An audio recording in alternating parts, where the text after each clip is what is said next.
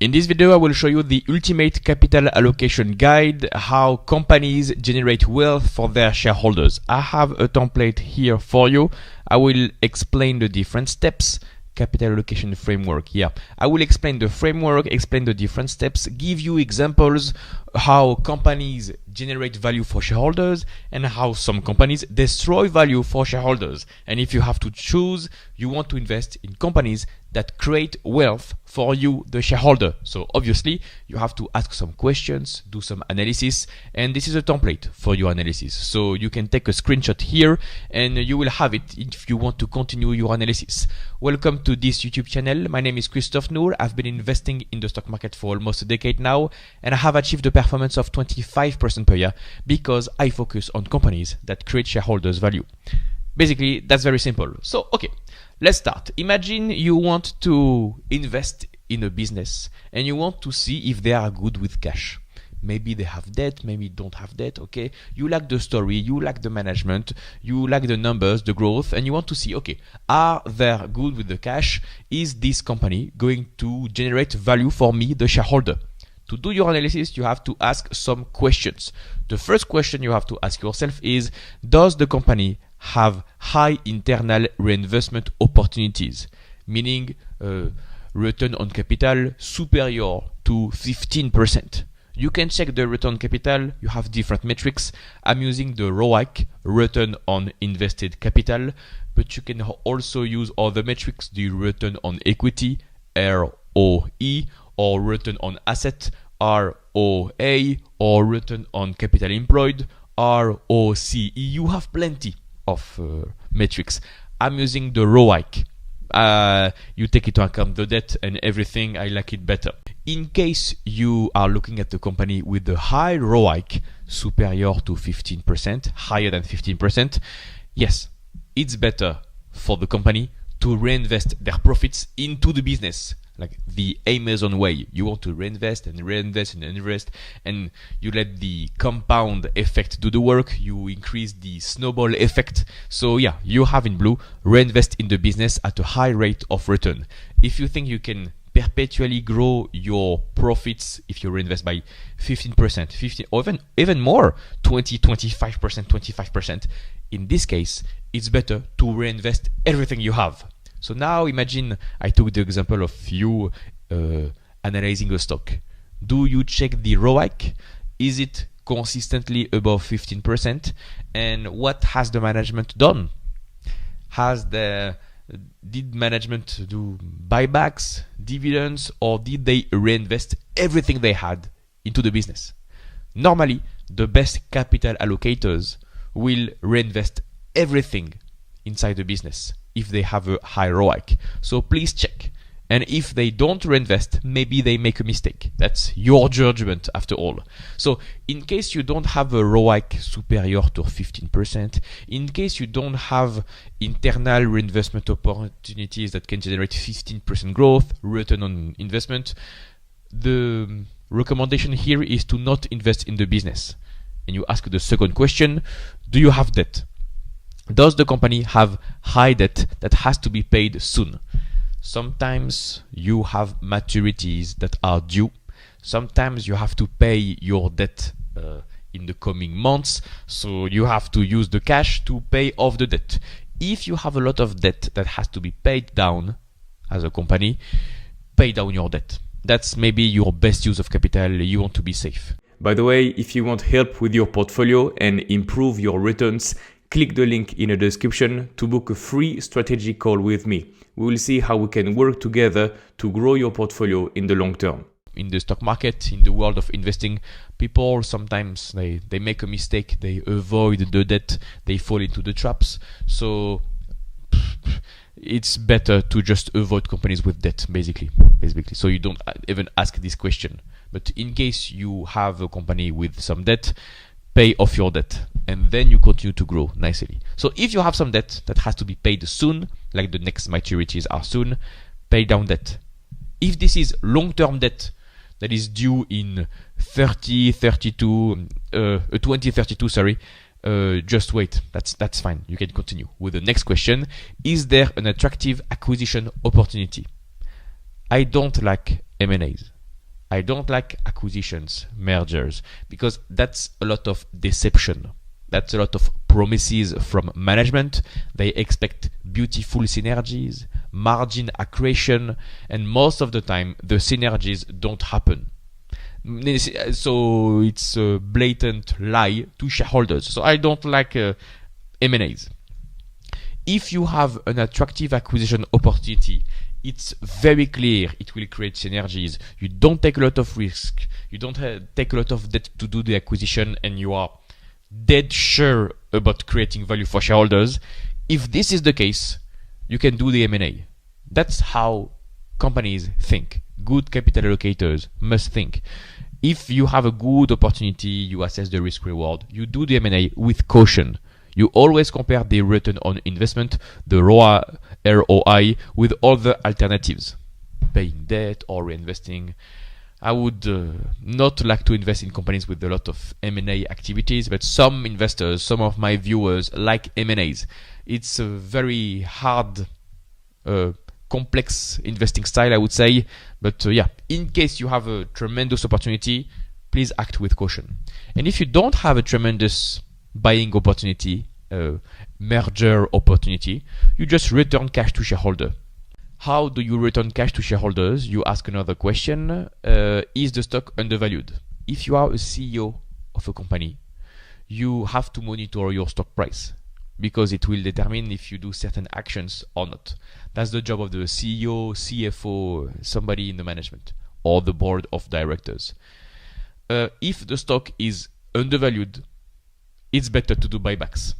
You do buybacks when the stock is cheap, like the valuation drops, the stock drops, and the stock is extremely cheap. And I mean, that's a good moment to invest in yourself, right? Imagine this scenario. You are a CEO of a company, great company, growing profitably. The PE ratio is 10, and then the stock price drops. Boom, PE ratio goes from 20, PE ratio goes to 10.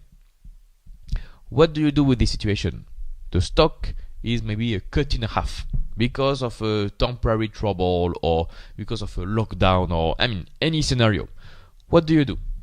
You assess your situation. First, are you still alive? Yes, you are still alive. You check yourself. That's fine. Operations, fine. Okay. Do you have reinvestment opportunities? If so, you can reinvest always. That's the same pattern. If you have debt, you just repay the debt. If you don't have M&A opportunities, you ask yourself, how do I reward the shareholders? Either I keep the cash in my balance sheet or I reward shareholders. If the PE ratio is 10, it means an earnings yield of 10%. You just reverse the formula. PE ratio of 10. PE ratio is what? Is the stock price divided by the earnings per share. So you just reverse the formula. So instead of being a PE ratio of 10, that's an earnings yield of 10%. So your opportunity is 10% if you do the buybacks. So you compare 10% with the reinvestment opportunity. If you have a reinvestment opportunity in a side project and that will bring you a rate of return of 6%, you compare 10%, 6%. No, it's better to do the buybacks because the percentage is higher. Okay, then you compare this to your debt. Do you take more debt or pay off your debt? What is the percentage? What is the yield, the interest on the debt? 1%, 3%, 6%. It depends. Acquisitions, same thing.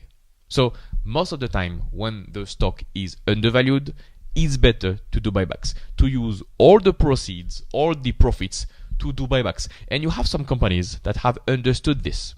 You have companies like NVR, that's a US home builder. You have companies like AutoZone or AutoNation. These are 2 car dealerships in the US. You have Pult Homes, by the way, also does the same thing. Third home builder. Second home builder in the US. NVR, Pult Homes, great home builders, great companies, and good buyback cannibals. You have other candidates. You have also, if you want to have some fun after this video, you have Fair Isaac, FICO, ticker symbol FICO, that did some buybacks in the past when they considered the stock undervalued, like in 2021, 2022.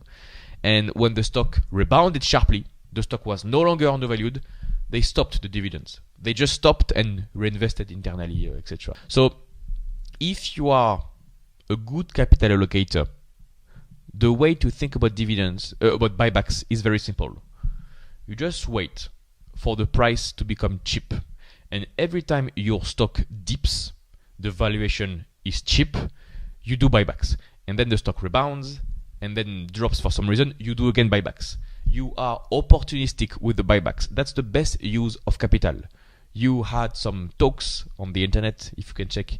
That's from Monish Pabrai, that had a complete masterclass on buybacks and how companies created a lot of value for shareholders only thanks to buybacks. They have good operations, good buybacks cannibals. We call them Uber cannibals, companies that invest in themselves. Because if you buy back your share, what do you do after all? You just buy your own share. You invest in yourself. And if you have an earnings yield of 10%, you can get an internal rate of return of 10%. You compare 10% with all the opportunities. So 10% is your opportunity cost. And I used an example with a PE ratio of 10, but the PE ratio can go to 5. If you have a PE ratio of 5, you have an earnings yield of 20%. If you have a PE of 5, I would say just do the buyback. Do the buyback. So heavy buyback. And you will see, by the way, if you run a screener or anything else, you will see some companies with the valuation completely cheap. They have a PE ratio of 5 and they do extreme buyback programs. Like they buy back 15% of their shares in 1 year. And then the next year, again, 15%. That's wonderful.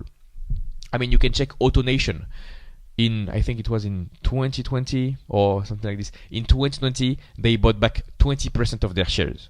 That's enormous. Like they invested in themselves. The next year, they bought back again 20% of their shares. Back to back. 2 years in a row. So you can drastically reduce the number of shares. Okay? What happens if you drastically reduce your number of shares? That increases your EPS, earnings per share. Earnings per share, you take the net income divided by the number of shares.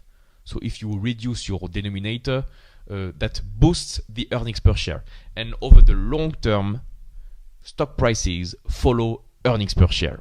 So if you boost your earnings per share for the long term, you boost your stock price and you create value for shareholders. You have so many examples of this. So many examples. You have, one I love and I have in my portfolio is AutoZone. They have increased their over the past 20 years. They have improved their operations a little bit, increased the revenue by a little bit, only doubled. Okay, they have improved efficiency over the years, more margins. Okay, and all the cash, all the free cash flow was used to do buybacks when the stock was cheap. And if you look at the earnings per share growth, over the past 20 years, they have grown earnings per share by 20%. 20% per year for 20 years. And guess what? The stock price had a 20% growth for 20 years. In the very long run, stock prices follow earnings per share. So you want to boost your earnings per share. And buybacks are a great way to do this. And what if the stock is not cheap, is not undervalued? What do? The alternative is to pay a dividend. If instead of having a PE ratio of 10, you have a PE ratio of 45, that can happen. Some companies, you have the Costco's of the world, always have a high PE ratio. The best way is not to do buybacks. If you do buybacks at a high price, you dilute shareholders, you destroy value. That's not the best use of capital, because the same way we had an earnings yield of 10% with a PE ratio of 10, if your PE ratio is 50, the earnings yield is 2. So your opportunity cost is 2%. You have other stuff to do with your cash. Come on. Do some reinvestments here and there. Pay off your debt. So I would say some companies focus on buybacks only when it's cheap. It's better to do it this way. You have other companies, I won't name names here. You have some companies in the US that do buybacks even when their stock is expensive at a high PE ratio, more than 30. That's a complete destruction of value. That's a complete destruction of value for shareholders. Seems like they don't care about the shareholders. You try. I hope that this video makes it clearer for you. And the goal of this video is to also understand management. If you do this long enough and you focus on AutoZone, NVR, etc., all examples, you do the track record, you do the analysis. You can check, for the example, on the internet, over the past 20 years, the PE ratio of the stock. And you check, for all the time the stock dipped, did they increase the buyback program? That's a good indicator. You want to compare, if you want to see if the management took opportunity and bought more shares when the stock was trading cheap. The goal of this video is to understand this framework, okay, but also to understand management. Because at the end of this exercise, you will know if management care, if the big management teams care about shareholders or they don't care about the shareholders. Because if you do some buyback program at an absurdly high price, you just destroy your value for shareholders. If you have a PE ratio of 50 and that means an earnings yield of only 2% and you do buybacks still, you completely destroy value for shareholders. So literally you don't care about the shareholders. You burn cash. That's stupid. I mean, that's not the way we want to invest in stocks. We want to invest in rational management that take advantage of the opportunities, that think about opportunity costs. So you only want to prioritize investing in companies that do buybacks when the stock is cheap. When the stock is not cheap, so PE ratio of 50, like Costco, for example, you just pay a dividend. That's safe. You don't do dumb stuff. You just pay a dividend, either a regular dividend or a special dividend, and that's fine. And you see this pattern. You have some questions. You can ask these kind of questions for every year. And what is great about public markets is that you can check the track record of companies. So if a company has been public for 20 years, you can check the history and what they have done when stock price crashed in 2020. When the stock price crashed in 2015, for example, or 2008, you can check what they have done to reinvest, to pay down the debt, if they did some M&A, and how did they reward shareholder. If you do this properly, you will only keep the best investment opportunities, you will only keep the best management teams, you will only keep the best steward of capital allocation that will create value for shareholders in the long term. And I guarantee that if you only invest in companies that reward shareholders, that care about the shareholders, you will outperform everybody. These are very rare, all the companies that are perfect, good capital allocators, etc. But if you find them, you will outperform and you will have great results. If you like this video and want help improving your portfolio, click the link in the description below to book a free strategy call with me. We will review your situation and see how I can help you get better results over time.